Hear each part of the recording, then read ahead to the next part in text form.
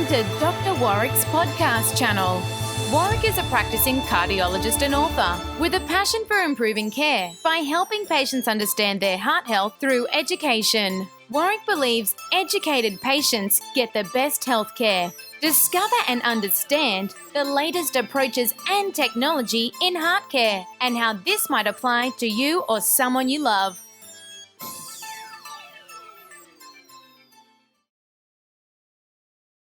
Hi, my name's Dr. Warrick Bishop and I'd like to welcome you to my consulting room. Today I'd like to cover a few cardiovascular risk facts that you may find interesting. Fact 1 is related to alcohol. Everyone's ears prick up when you mention alcohol and cardiovascular risk. Well, the question is, does abstinence improve your risk of avoiding a heart attack? Well, let's cross our fingers and go to the literature. It turns out that abstinence doesn't protect you from coronary artery disease risk, and it turns out, in fact, that maybe 1 or 2 standard drinks a day may well be protective. Isn't that great news? So, there's certainly no suggestion that drinking to excess is beneficial, as it can raise blood pressure, it can damage the heart, and it of course has multiple other organ damages and effects. But 1 to 2 alcoholic drinks on a regular basis does help. It probably helps relax, it may help with a little bit of blood pressure lowering, and it may raise HDL cholesterol, which could all be of benefit. It may also be that the walking to the local bottle shop to pick up your alcohol is part of that positive effect, but that remains to be tested.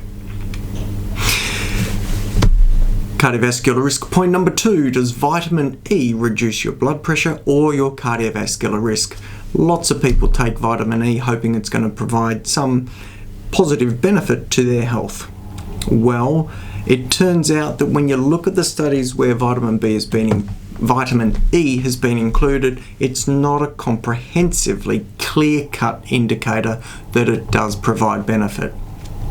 So probably at this stage, the general consensus would be it's not beneficial in the big scheme of things. Cardiovascular point number 3. Should everyone be taking aspirin? Should people over 40 be taking aspirin? And should people with a cardiovascular risk over the next 10 years of greater than 7% be taking aspirin? Well, the answer to this is probably no. The current guidelines would suggest that people between 50 and 59 are probably the group that should be considering taking aspirin, that they only do that if their 10-year risk of a cardiovascular event is 10% or greater.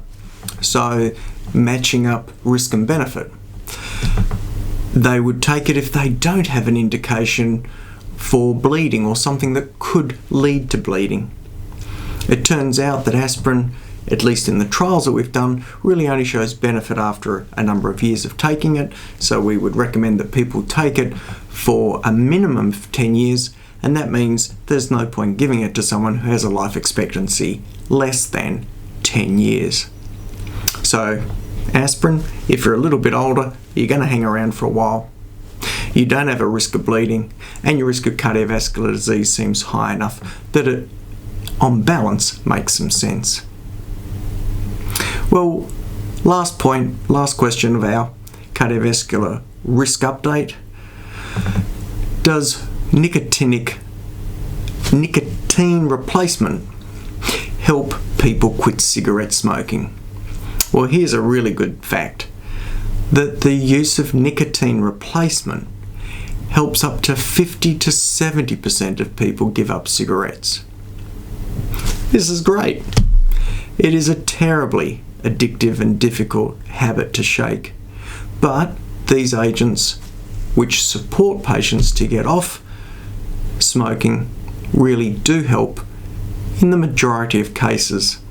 So don't despair, get out there and get some clean air.